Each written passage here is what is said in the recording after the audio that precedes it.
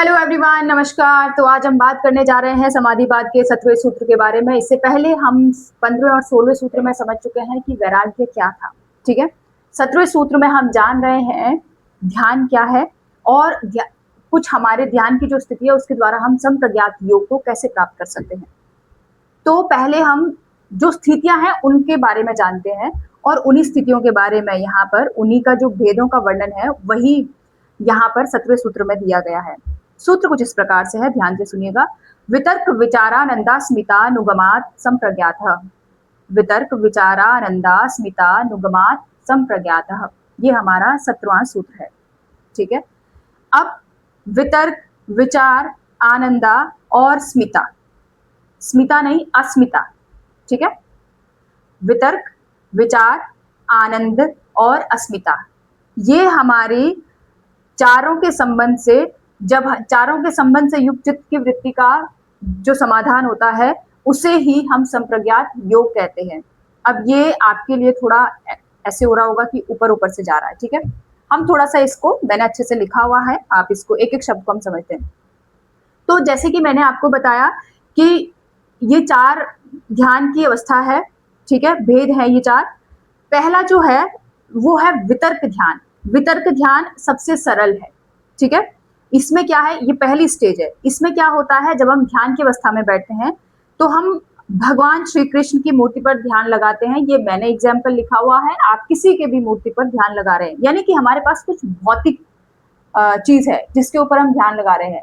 वो कुछ भी हो सकता है, वो मूर्ति हो सकती है, वो कोई आकृति हो सकती है, वो कोई जो भी चीजें, आपका गुरु हो सकते हैं, उसके ऊपर, उस मूर्ति के, वो भौतिक चीज है लेकिन, ठीक है, उसके ऊपर जब आप ध्यान लगाते हैं तो उसको हम कहते हैं वितर्क ध्यान। ठीक है, और दूसरा जो ध्यान है वो है विचार ध्यान।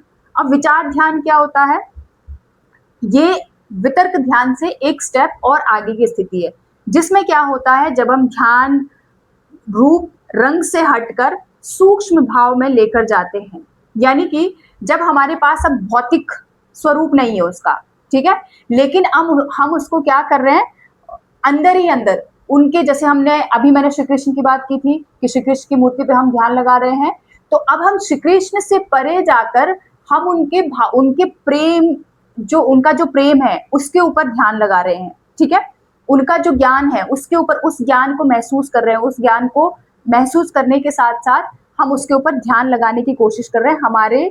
हमारा पूरा ध्यान उन्हीं के ज्ञान के ऊपर जा रहा है। ठीक है, तो ये होता है हमारा विचार ध्यान, यानी कि विचारों के साथ जब हम ध्यान लगा रहे हैं। अगला है, पहला क्या था, वितर्क ध्यान। दूसरा क्या था, विचार ध्यान, जिसमें हम सिर्फ सूक्ष्म भाव में हो जाते हैं। ठीक है, तीसरा है आनंद ध्यान।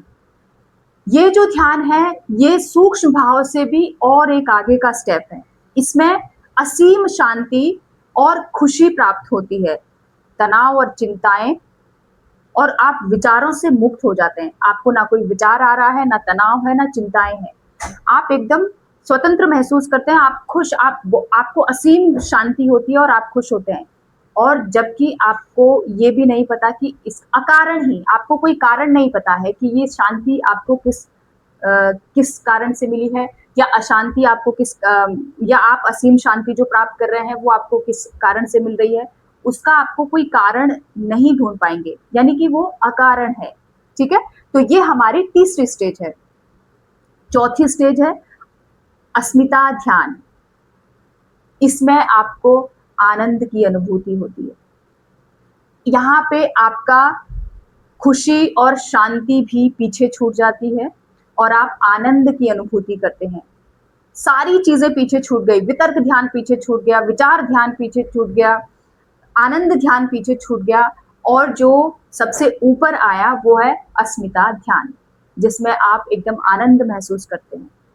तो हमारा ये था 4 भेद ध्यान के, जिसके द्वारा हम संप्रज्ञात योग को प्राप्त करते हैं। आई होप आपको समझ में आया होगा, और अगर आपको समझ में आया है तो प्लीज वीडियो को लाइक जरूर करें। चैनल पर अगर नए हैं तो चैनल को भी सब्सक्राइब कर दें, बेल आइकन का बटन जरूर दबा दें ताकि आपको न्यू वीडियोस के नोटिफिकेशन मिलते रहें। Thank you, thanks a lot.